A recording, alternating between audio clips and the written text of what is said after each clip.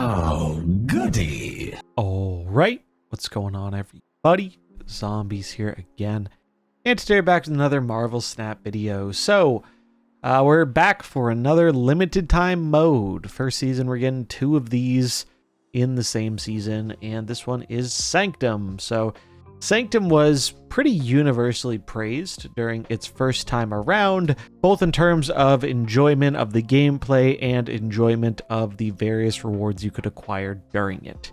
Now, it is worth noting, during the first go on Sanctum, we did have Twitch drops, and those Twitch drops are bugged in a way that increased your progress, where not only did they give you charms, which you could use in the store, but they gave you charms which increased your rank progress, and I'm pretty sure that wasn't an intentional thing. So, with the news of Sanctum coming back, I think most people, myself included, didn't really expect Sanctum to be quite as crazy in terms of what you got out of it as it was the first time around. But now we have the information about what the Sanctum shop is looking like and what you can get out of this limited time mode. And unfortunately, it doesn't stack up to the first one very well.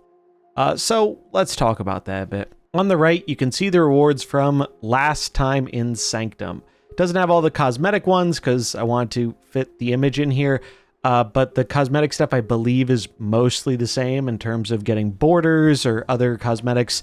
The only thing that wasn't there last time that is there now seems to be you can use charms to get premium mystery variants or a new Captain America cosmetic. But some of the cosmetics from last time are making a return, like the Doctor Strange variant. But if you're wondering what you can get out of Sanctum this time around, that is all here in the chart in the middle of the screen. So there's one card joining the game this time. This is Astral Projection. It is the first skill you can just put in your deck. It doesn't need to be generated by another card like Merlin or Agamotto. It's a 3-cost skill with on reveal. Copy the text of an on reveal card in your hand. That's going to be the main big prize of Sanctum this time around. There is no portal pull, like we can see in the bottom left from last time. There is no unowned Series 4/5 card. In terms of cards, Astral Projection is it. And I'm sure in the wake of the whole Kid Omega and High Voltage Overdrive controversy stuff, a lot of people are going to be wondering, can you get this card free to play, or is it another instance of, well, you get a discount by playing the mode? So how does the math work out for this? Assuming you make use of all the free scrolls you are given, and as they regenerate, you'll be getting 52 scrolls for free, which if you have a 50% win rate means you'll end up with like 78 scrolls because every time you win, you get your scroll back. And operating off of that math, if you're just averaging a 50% win rate, you will actually fall a bit short of getting this card. I think the math comes out to you might need to spend like 400 gold on it if you're getting a 50% win rate. That can obviously be offset by winning more. Maybe if you're more in the 55 to 60% win rate, you won't have to use any gold at all. I haven't dove super deep into the math outside the basic 50% win rate just to get a ballpark approximation. But if you're comparing it to the other event, it is significantly easier to get this card free to play. Honestly, I don't think this card's very good. It seems real niche / bad, at least right now. Maybe there's some cute stuff you can do to get value out of this. I mean, one of the main things that comes to mind is like big value on reveals, like Doctor Doom getting, 3 cost for 2 5/5 Doombots sure ain't bad. A 3 cost Gwenpool sure ain't bad. That kind of stuff, pretty decent. But you're also just not getting a body. And I don't think there are going to be many decks that value this kind of effect super highly, at least with the current card pool. Now, maybe that's a plus to you, because it means if you're not really into Sanctum, you aren't going to be getting much FOMO out of this event. This is not a card I think most people are going to miss out on if you don't pick it up. And it is a Series 4 card, worth noting. I think this is kind of like how a lot of people looked at Cobra, even though Cobra I think is a much better card than this, personally. But I think in terms of actually being a good card, many people are going to want to acquire and use.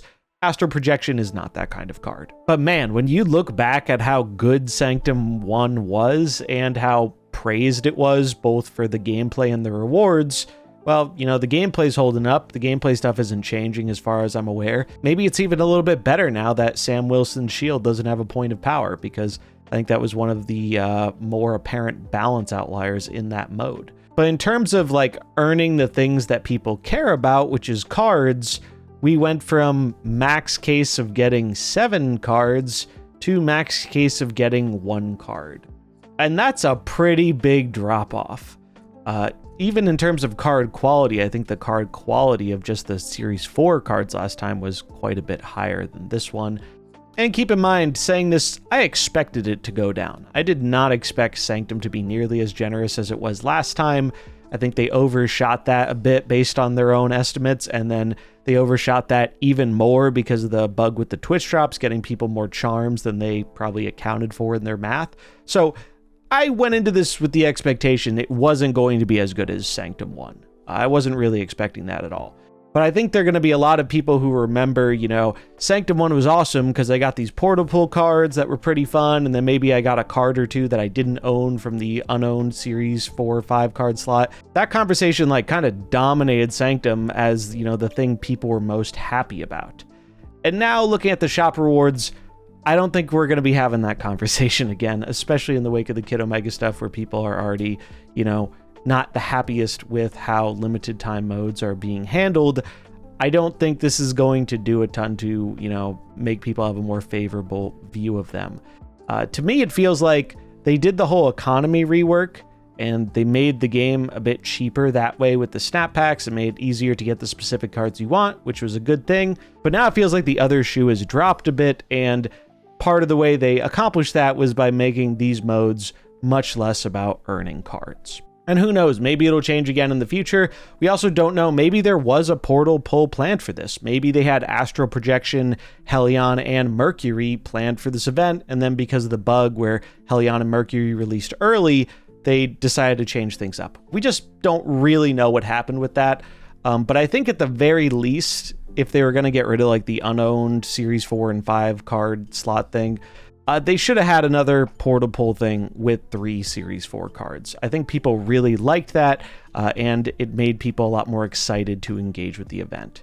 And looking at the card quality and the other offerings in the shop here, I just don't see people being as excited about this event this time around. Now, I really like Sanctum. It's by far my favorite of all the modes we've had in terms of gameplay, and I imagine I'll still engage with it a bit because of that. But if you're going into it with the expectation you're going to come out of Sanctum both enjoying the gameplay and feeling like you got a ton of rewards that improved your collection, that doesn't seem to be the case this time around. The good news is, if you didn't really like Sanctum, you're probably not going to feel too much FOMO about missing out on the card inside of it, because like I said earlier, Astral Projection just doesn't seem to be very good. There are a bunch of cosmetics, PMVs, which weren't there before, so if you do like farming up some variants, maybe that will be a bit of incentive for you. And I'm sure some people will still grind this mode out regardless, just for the card and for the extra cosmetic stuff. And if you enjoy it, that's great. But if you really were only playing it just to get the card, I don't think you're going to feel a whole lot of drive towards engaging with Sanctum quite as much. And that brings me to a question I'm curious to hear the answer from the community on, which is, what do people really want from limited time modes? I mean, I think it's obvious one thing they want is they want to be able to reasonably acquire whatever card is in it. I think we've heard that pretty loud and clear. But my question is more angled at like, do you want 2 limited time modes a month? Because, you know, as someone who does content stuff on it, I like having different ways to engage with the game, and I think that's cool. But I think for a more casual player, one limited time mode already made some people feel like they couldn't, you know, put all the time they wanted to into the other modes like Ladder and Conquest, finishing up their Infinite Climb, going for an Infinity Avatar, etc. And now we're getting 2 of them in the same month. So if you're someone who's already feeling a little stretched thin because of the limited time modes, you're probably going to feel that even more. So I'm curious to hear, what do you think about limited time modes? Like, what are you hoping to get out of them? Do you just want it to be a different gameplay experience? Do you want cosmetics? Do you want cards? I'm curious to hear what people think about all that. For me, I mean, last Sanctum was, I think, peak limited time game mode. I found the gameplay just fun and a lot more engaging than the other modes we've had in the past.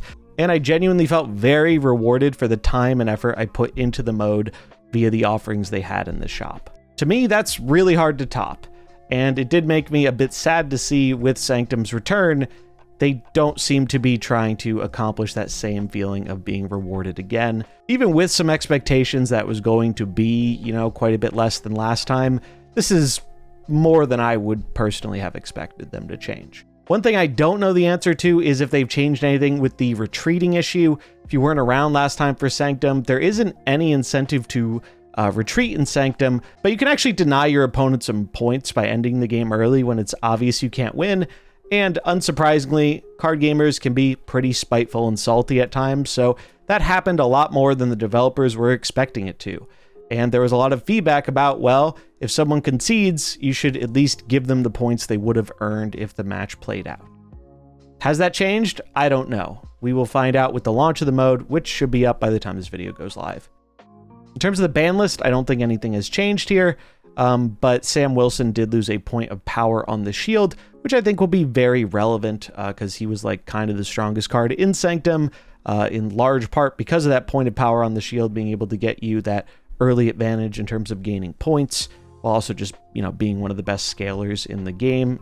Back then, I thought they just banned Sam Wilson for the second time around, but now that the shield doesn't have a point of power, it doesn't seem quite as much of a problem as it was before. It does raise the question to me, though, of is Werewolf by Night going to be a problem? Because it was already one of, if not the best deck in the mode, and now it got a new tool in Merlin that is paired very, very well with Werewolf. So I'm curious to see how the Sanctum meta develops with the new cards, but I do think by and large the stuff that was very successful last time is likely to continue to be successful this time, and I don't think they've changed anything on the ban list that I can recall. Maybe they added one card, but I think it's generally the same as last time, so you shouldn't really have to worry too much about adjusting your lists. Normally this is the part of the video where I transition into some theory crafts for the event, but I'll be totally honest, the whole Kid Omega stuff kind of put me off of wanting to be invested in a limited time event, so I'm not going into this with really much in the way of theory crafts, and I think